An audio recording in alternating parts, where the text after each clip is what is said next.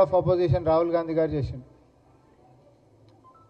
ఈరోజు ఇంకొక అడుగు ముందుకు పోయి బరి తెగించి అధికారం లేకపోయినా చేయకూడనటువంటి పని అని తెలిసిన కళ్ళ ముంగట తప్పని అనిపించిన అన్నిటినీ బేఖాతరు చేస్తూ నిస్సిగ్గుగా ఈరోజు జరిగినటువంటి ఒక తంతు ఏదైతే ఉందో అది ఈరోజు మరి కాంగ్రెస్ పార్టీ అభ్యర్థి అయినటువంటి మీనాక్షి నటరాజన్ గారి యొక్క నామినేషన్ని తిరస్కరణకి గురి చేసేటటువంటి రగడకి దారి తీసింది.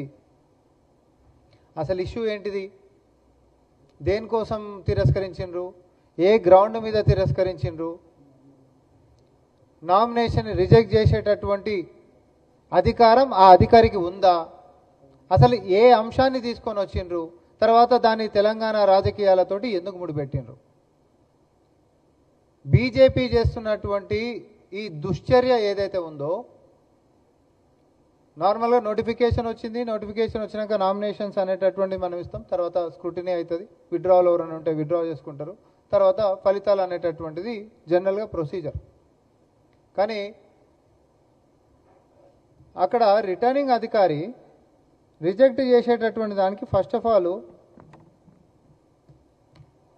ఒక గ్రౌండ్ ఏం చెప్తుండు అని అంటే, తెలంగాణలో మీనాక్షి నటరాజన్ గారి మీద ఏదో కేసు ఉంది కాబట్టి మేము రిజెక్ట్ చేస్తున్నామని చెప్పిండ్రు.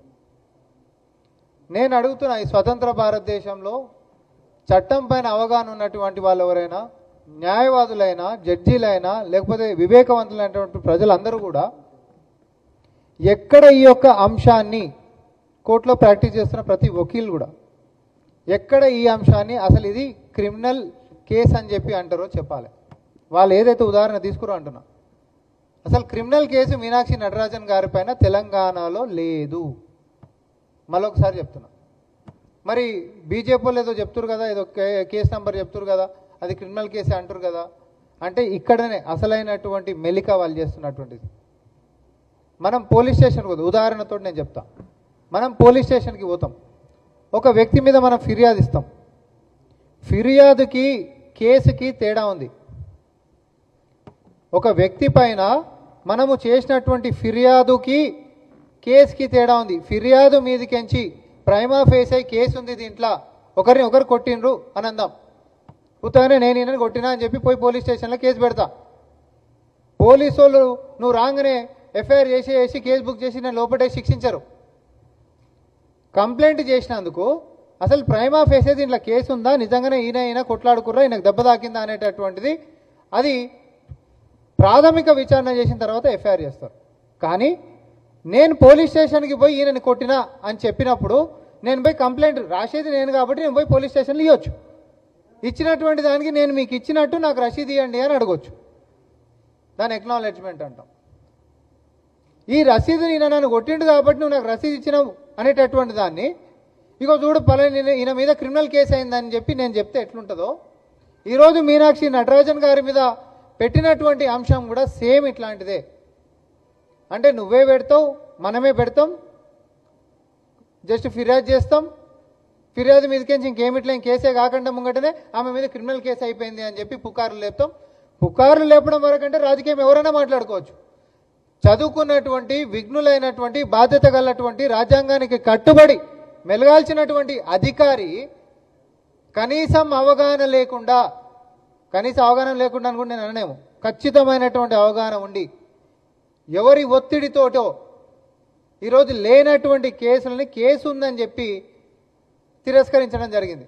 ఇక్కడ ఇంకొక ముఖ్యమైనటువంటి విషయం, అసలు అధికారి ఇట్లాంటి వ్యవహారాలు ఆయనకుంటున్నటువంటి పరిధిలో, ఆయనకుంటున్నటువంటి అధికారంలో దీన్ని తిరస్కరించపోని ఈ అంశాన్ని తిరస్కరించేటటువంటిది ఆయన అధికారం ఆయనకుందా అంటే అది కూడా లేదు.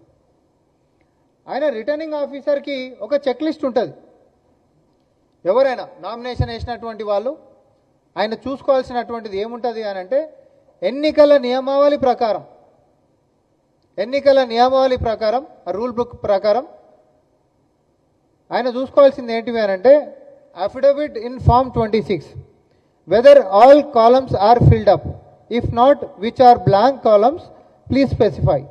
ఒకటి అఫిడవిట్, దాంట్లో ఉంటున్నటువంటి అన్ని కాలమ్స్ నింపినరా లేదా, ఒకవేళ గిట్ట వదిలిపెట్టేసేస్తే అది వదిలిపెట్టినటువంటి గల కారణం చెప్పాలా.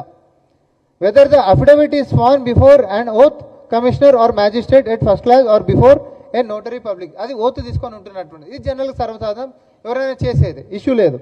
రెండోది certified extract of electoral roll when candidate is an ఎలక్టర్ of a different constituency, వేరే నియోజకవర్గానికి సంబంధించినటువంటి క్యాండిడేట్ గిట అయితే అక్కడ సర్టిఫికేట్ ఎక్స్ట్రాక్ట్ ఒకటి మనం తీసుకొని ఇవ్వాల్సినటువంటి బాధ్యత ఉంటుంది. ఇది దేని గురించి, నాకు ఇంకో నియోజకవర్గంలో గిట్ట ఓటు ఉంటే అది నేను సర్టిఫై చేసుకొని ఆయన ముంగట ప్రవేశపెట్టాల్సినటువంటిది ఒకటి ఉంటుంది. మూడోది forms A and B applicable in the case of candidate set up by political parties, ఇది మనందరికి తెలిసిందే.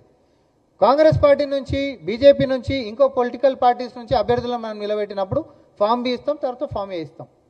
ఎందుకంటే మా పొలిటికల్ పార్టీ నుంచి మేము ఈ అభ్యర్థినే నిలబెడుతున్నాం అనేటటువంటి ఫామ్స్ ఇవి ఆ రిటర్నింగ్ అధికారి పలానా పొలిటికల్ పార్టీ నుంచి నువ్వు వచ్చి నామినేషన్ ఇస్తున్నావు కదా, మరి ఆ ఫామ్స్ నీకు నీ పార్టీ ఇచ్చిందా లేదా చెక్ చేసుకునేటటువంటి వ్యవహారం. Copy of cost certificate if the candidate claims to belong to SC ST, ఒకవేళ ఆ అభ్యర్థి కనుక ఎస్సీ కానీ ఎస్టీ కానీ కాస్ట్కి సంబంధించినటువంటి వ్యక్తులైతే ఆ సంబంధిత యొక్క సర్టిఫికేట్ ఆయన ముందు ప్రవేశపెట్టాల్సినటువంటి అవసరం ఉంటుంది, సబ్మిట్ చేయాల్సినటువంటిది. తర్వాత సెక్యూరిటీ డిపాజిట్, ఆ నియమాల ప్రకారం ఏదైతే సెక్యూరిటీ డిపాజిట్ మనం చేయాలనో అభ్యర్థి అది చేయాల్సినటువంటి దానికి సంబంధించినటువంటిది. తర్వాత ఓత్ అఫర్మేషన్. ఇప్పుడు నేను మాట్లాడినటువంటి దాంట్లో ఏడనన్నా క్రిమినల్ కేసులకి సంబంధించినటువంటి వ్యవహారాలే కానీ లేకపోతే ఆస్తులకి సంబంధించినటువంటి వ్యవహారాలే కానీ వీటి లోపలికి పోయి నువ్వే జడ్జి అయిపోయి నువ్వే నిర్ణయం చేసుకొని నేను తిరస్కరిస్తా అనేటటువంటి అంశము అవకాశము లేదు. సుప్రీంకోర్టు ఇచ్చినటువంటి గైడ్ లైన్స్ ప్రకారం రిటర్నింగ్ అధికారి ఇప్పుడు నేను చదివినటువంటి అంశాలని ఆ 6 అంశాలు ఏవైతే ఉన్నాయో ఇవన్నీ కూడా ఫాలో అయినరా క్యాండిడేట్ లేదా అనేటటువంటిది చూసుకోవాల్సినటువంటి బాధ్యత ఆయన మీద ఉంటుంది, అదైన అధికారం కూడా.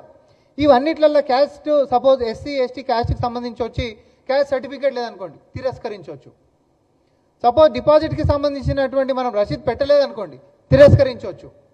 లేకపోతే నాకు వేరే నియోజకవర్గంలో ఓటు ఉందని చెప్పి తెలిసినప్పుడు నేను దానికి సంబంధించినటువంటి సర్టిఫికేట్ తేకపోతే తిరస్కరించవచ్చు. ఈ 6 అంశాల్లో ఏది చేయకపోయినా తిరస్కరించేటటువంటి అధికారం ఆ రిటర్నింగ్ అధికారికి ఉంది. ఇంతే తప్ప నీకు ఎన్ని ఆస్తులు ఉన్నాయి, ఇప్పుడు నేను ఆస్తులు రాస్తా, నేను 5 ఆస్తులు రాస్తా, ఇంకోటి వచ్చి నాకు 5 ఆస్తులు కాదు 2 ఉన్నాయి అంటాడు, ఇంకోటి వచ్చి 2 కాదు నాకు 30 ఉన్నాయి అని అంటాడు. మీకుంటున్నటువంటి ఒక రోజు వ్యవధిలో నాకు ఎన్ని ఆస్తులు ఉన్నాయి నాకు ఎన్ని ఆస్తులు లేవు అనేటటువంటి చర్చలోకి పోయి మీరే న్యాయమూర్తులు అయిపోయి లేదు నాకు ఒక ఫిర్యాదు వచ్చింది నీకు 4 ఆస్తులు ఉన్నాయి కాబట్టి నేను నిన్ను తిరస్కరిస్తున్నా అనేటటువంటి అధికారం ఆ రిటర్నింగ్ అధికారికి ఉండదు. ఇది ఆస్తుల వ్యవహారం. కంప్లైంట్స్ కూడా అంతే. పోలీసు స్టేషన్లలో జరిగినటువంటి క్రిమినల్ కేసులు ఏవైతే ఉన్నాయో ఫిర్యాదులు కాదు.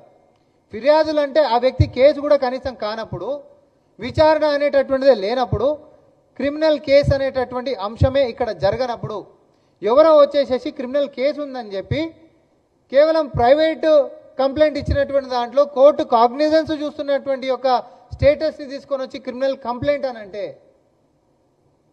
ఇది చట్ట ప్రకారంగా ఏ రకంగా చెల్లనటువంటి వ్యవహారం. ఇది క్రిమినల్ కేసు అన్నారు, ఇది ఫిర్యాదు అని అంటారు. పోలీస్ స్టేషన్లో అయితే ఫిర్యాదు అని నేను ఏదైతే చెప్పినో ప్రైవేట్ కంప్లైంట్లో కూడా ఈరోజు జరుగుతున్నటువంటి వ్యవహారం కేవలం ఫిర్యాదు దశలో ఉంటున్నటువంటిది మాత్రమే. కోర్టు ఒకవేళ ఇదేంటిది పోలీస్ స్టేషన్లల్లో పోలీసు వాళ్ళు కంప్లైంట్ తీసుకుంటలేరు కేసు చేస్తలేరు అంటే ప్రైవేట్ కంప్లైంట్ కోర్టుకు పోతాం మనం. కోర్టుకు పోయినప్పుడు సపోజ్ నేను పోతా ఈయన మీద నన్ను కొట్టిండు అని అంటే నేను కంప్లైంట్ చేస్తే ఇంటలేరు పోలీసు వాళ్ళు ఎఫ్ఐఆర్ చేస్తలేరు అనుకోండి, నేను పోలీస్ స్టేషన్ కాకించి కోర్టుకు పోతా, ప్రైవేట్ కంప్లైంట్ పెట్టి సార్ పోలీస్ స్టేషన్లో కేసు పెడతలేరు కాబట్టి మీరు కేసు కట్టాలి అని అడుగుతా.